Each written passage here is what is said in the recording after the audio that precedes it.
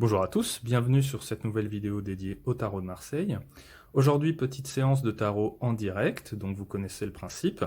L'un ou l'une d'entre vous me pose une question et j'y réponds tout simplement dans une vidéo en live. Donc une petite séance pour répondre à la fois à vos questions et pour les apprentis cartomanciens, tarologues. Voilà, ça vous fait un exercice un petit peu en direct et vous pouvez le reprendre aussi en fonction de la question qui est posée pour vous entraîner, par exemple.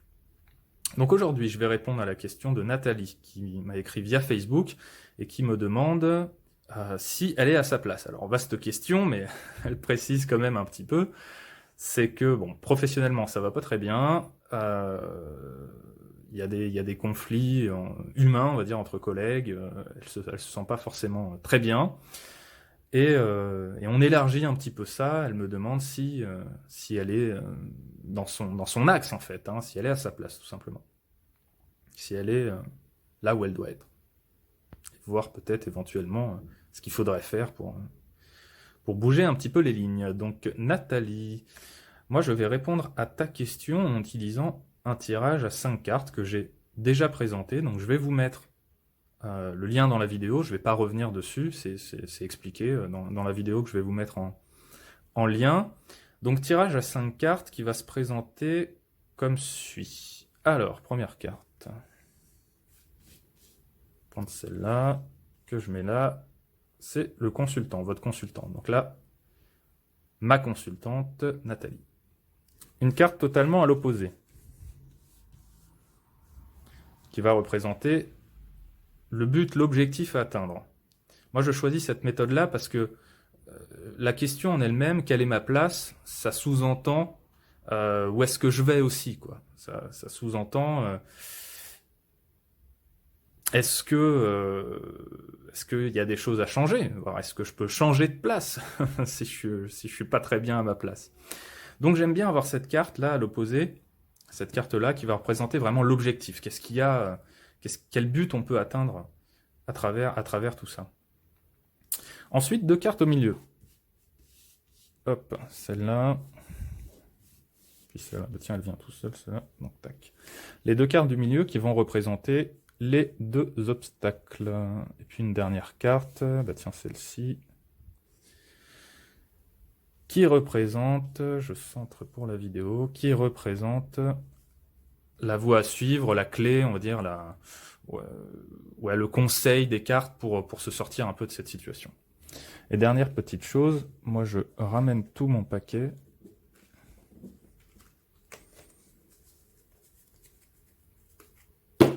Voilà, parce que je veux voir la carte qui est sous le paquet. Donc là, en l'occurrence, c'est l'ermite. Alors j'ai déjà dû en parler dans une vidéo de la carte qui est sous le paquet. Moi, j'aime bien faire ça en consultation. Ça donne un éclairage sur sur la teneur un peu de l'état d'esprit du consultant, sur la teneur du tirage. Ça, c'est un indice en fait. Vous pouvez faire ça dans quelle que soit votre méthode de tirage, hein, quelle que soit la question. Vous regardez à la fin, une fois que les cartes sont tirées, la carte qui est sous le paquet. Ça donne un petit indice de l'état d'esprit de votre consultant et peut-être éventuellement de sa recherche profonde, inconsciente. Alors, ben, on va regarder. Donc ma consultante, c'est l'étoile. Mon objectif, c'est l'empereur. Alors mes obstacles, tac, tac, tac, tac, et tempérance. Alors déjà, moi, je vais commencer par interpréter justement la carte qui est sous le paquet. Donc l'ermite renvoie bien à ce côté un petit peu de recherche, hein, c'est-à-dire quelle est ma place. Là, Nathalie, elle regarde vraiment vers le passé. On dirait qu'elle est bloquée dans une énigme du passé, elle cherche, là, elle tâtonne avec sa petite lanterne. Donc moi, j'ai envie de dire déjà la première chose, et d'ailleurs ça fait écho à l'étoile qu'on a là en consultant, ça fait écho un peu à une forme de nostalgie du passé, quoi. Alors peut-être que tu avais un poste plus riche, plus épanouissant avant, et que suite à un changement, tu t'es retrouvé là où t'es, et que ça te convient plus, et que du coup, tu passes ton temps à regarder vers le passé, vers ce que tu as déjà accompli, pour retrouver ça. On a vraiment ça dans l'étoile, c'est-à-dire cette étoile qui est dans une forme de nostalgie, un petit peu Il y a aussi une forme de passivité là.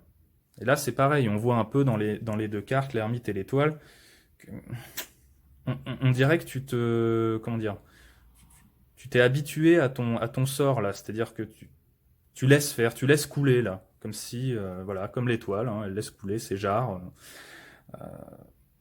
comme si c'était une fatalité en fait. Et ça n'en est pas une. Donc déjà, il faut se déshabituer à ce que tu vis, c'est-à-dire ne pas considérer les choses comme une fatalité. Mais on va regarder un petit peu la suite. L'objectif à atteindre, le but, là, c'est l'empereur qui est ici.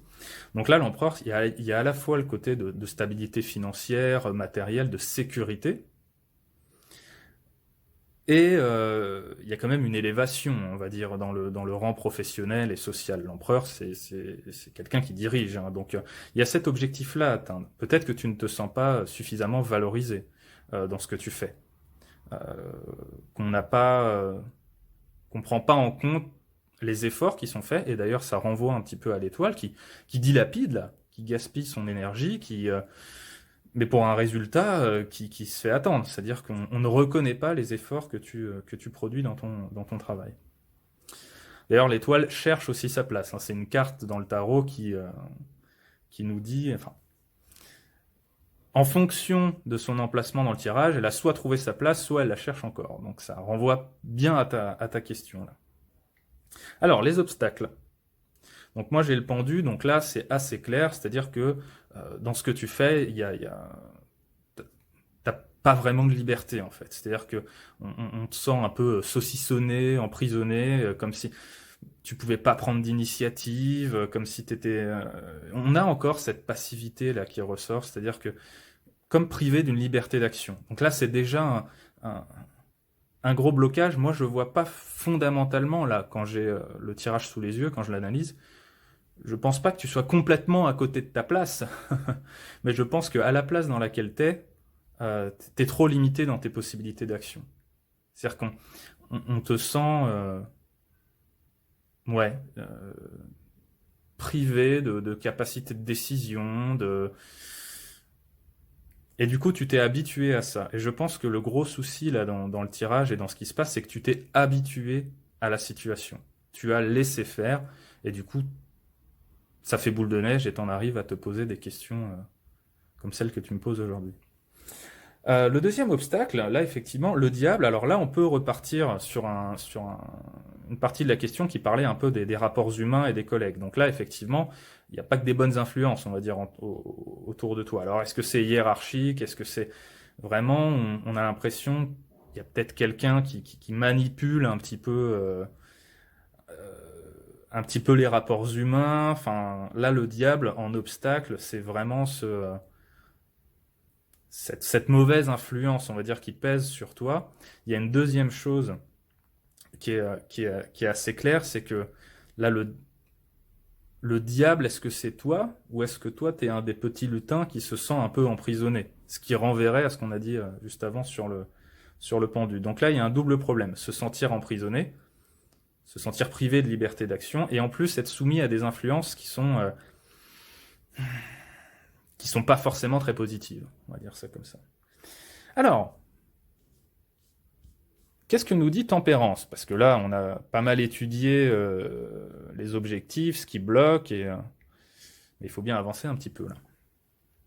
Alors là, tempérance, elle me dit pas, par exemple, voilà, j'ai pas d'arcane 13 là qui me dirait, bon, je suis complètement à côté de ce que je dois faire et je dois tout envoyer bouler et faire totalement autre chose, me reconvertir ou quoi que ce soit. C'est pas le conseil des cartes.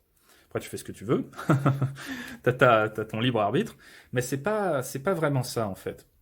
On dirait que la tempérance, d'ailleurs, elle renvoie un peu à l'étoile avec ces deux jarres, mais elle essaye d'équilibrer deux situations. Comme si elle essayait de concilier un petit peu ces deux obstacles-là, pour en faire justement des moyens d'avancer, et comme si elle conciliait aussi ce que tu es et ce que tu voudrais être, en tout cas ce que tu voudrais atteindre. Donc moi, quand je vois ça, j'ai plusieurs choses qui me passent par la tête. Déjà, pour te répondre, je vois pas qu'il faille claquer la porte, je pense pas que ce soit ça. Mais par contre, tu as cette idée de retrouver dans ce que tu fais maintenant ce qui a pu te booster, on va dire ça comme ça, par le passé. C'est-à-dire que je pense que tu peux trouver dans ce que tu fais euh, un moyen d'épanouissement que tu avais par le passé. L'ermite regarde vers ça, ce qu'on disait tout à l'heure, et que tu l'as peut-être pas encore trouvé, mais je pense que tu peux t'épanouir dans ce que tu fais. Il faut, on va dire, se replonger concrètement. Qu'est-ce qui te faisait vibrer avant qui là a un petit peu disparu? Il faut sortir de cette privation de liberté, mais sans casser les murs, quoi. Tempérance, elle fait ça par le dialogue, elle fait ça par la communication. Alors, est-ce qu'il y a un moyen on va dire, de communiquer, par exemple, avec ta hiérarchie ou des gens décisionnaires pour qu'ils te confient peut-être plus de missions, peut-être plus de choses et que tu ne te sentes pas complètement bloqué comme ce pendu-là. Par le dialogue, par la communication, par la compréhension, c'est toujours tempérance, tu peux, en tout cas le tarot t'y invite, inciter l'autre ou les autres, ceux qui t'entourent, à te faire confiance en fait. Et si eux te font confiance, tu te feras confiance aussi par définition. Là, il y a quand même ce gros manque d'action qui est là. Il est aussi lié, je pense, à une crise de la confiance qui est là. Enfin, la dernière chose, ce que dit Tempérance, c'est un apaisement là. Donc là, on sent qu'il y a quand même, avec le diable, que ça peut être sulfureux parfois. Alors, est-ce qu'il n'y a pas des gens autour de toi qui peuvent rallier ta cause, on va dire ça comme ça, parce que je pense pas que tu sois la seule à subir, on va dire, soit cette pression, soit cette difficulté humaine là, de rapports humains qu'on va ressortir. Je pense que t'es pas la seule là-dedans.